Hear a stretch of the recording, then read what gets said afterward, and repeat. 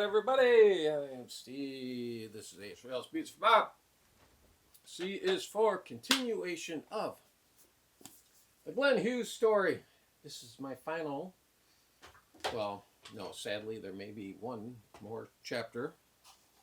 But this is episode number 5. And this is taking us from 2010 up until the present day. And as far as the present day goes, I'm sad to say that Glenn recently canceled his tour due to health concerns. Hopefully it's something minor and he gets back out on the road. I thought I was going to see him this April, but does not look like that's going to happen. So best of wishes, good luck, good tidings, and all that to you, Glenn. So last I wrapped up in 2009, 2010. When this man is sober, he is busy, man. I thought he was busy before, but these 15 years, he's working his ass off. And he's what? I think he's 78 now. So 2010, he's probably just 61.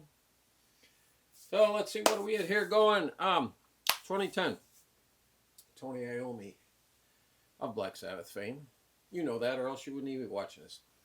He asked Glenn to participate in the Ronnie James Dio tribute concert. And of course he does. Him and Glenn and his wife were really good friends with Ronnie and his wife, Wendy. They were basically neighbors for quite a few years. Went out together all the time. And then, things happen. You part your separate ways or whatever. But they still were friends. Just didn't see each other as much. So, of course, Glenn says, I have to. He said, when I was really in my depths of my addiction, he said, Ronnie would pull me over. He was kind of like almost a father figure to me, even though they were basically not that much different in age. And he'd say, we need to sort this out. So, Ronnie was a good friend. By all accounts, Ronnie James Dio, a very nice man. But we're paying tribute to Glenn Hughes here. So, 2010. I think it was in 2007, Glenn Hughes met Joe Bonamassa. And they jammed a couple times over the years. And, excuse me, I'm sucking on a Werther's butterscotch.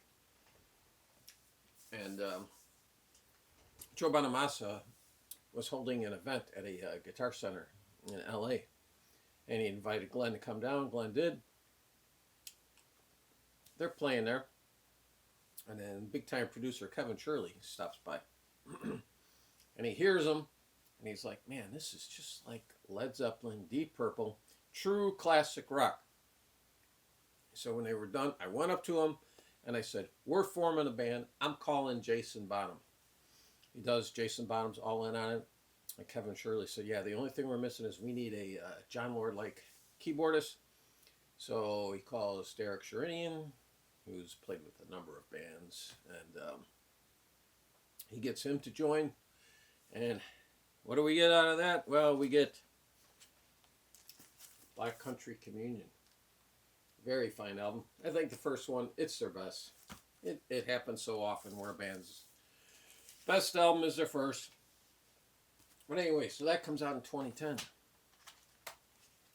Then is it 2011? Yeah, 2011.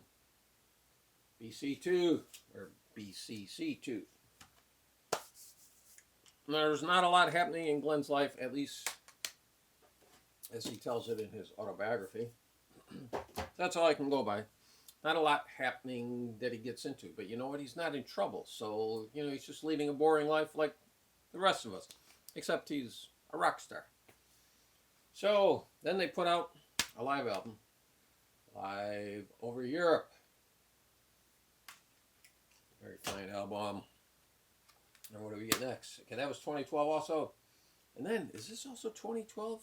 My God, you're busy. Afterglow comes out. Okay? So we had 3 studio albums and a live album by Black Country Communion in a matter of 3 years' time.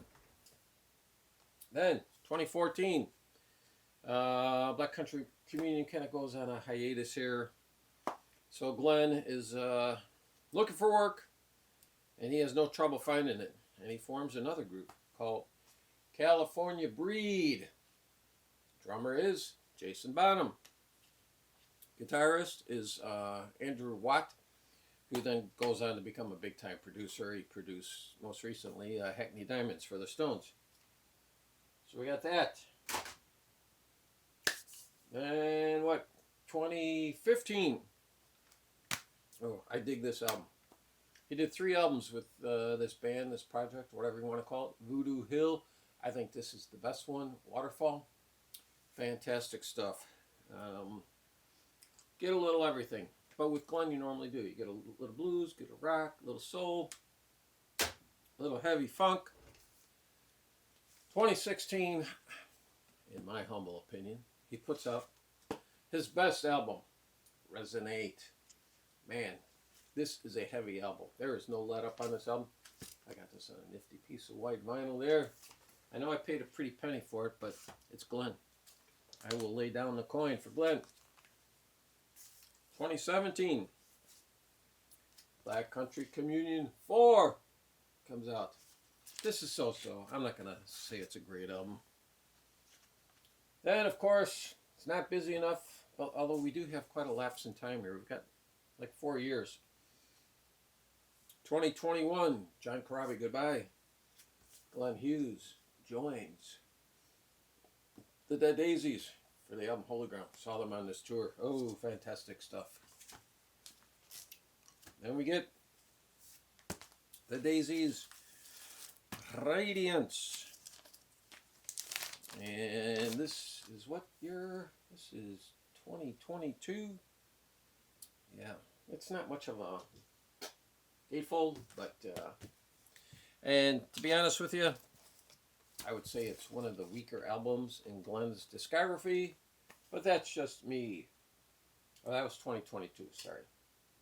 2023 finally is issued. This was recorded in This?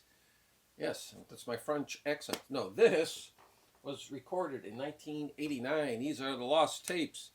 Glenn Hughes and Robin George. I'm going to say it's so-so. I'm keeping it, but only because Glenn Hughes' name is on it. 2024, we get Black Country Communion 5. And I'm betting this is the last album. Yep, there it is. Supergroup. Tells you right there, supergroup. But I just have a feeling that's going to be their last album. And then in 2025, Glenn puts out what I think is his second best solo album. So his last 2 solo albums, to me, are his best. That is Chosen. Another heavy album that's got a lot of punch to it. Look at that spiffy, splattered vinyl there. So there you go. That takes care of my walk through the life of Glenn Hughes. What a monumental life it's been. Because been recording since 1970. What's that put us at? 55 years? That's a pretty full life. So hopefully Glenn heals up and he is back on the road.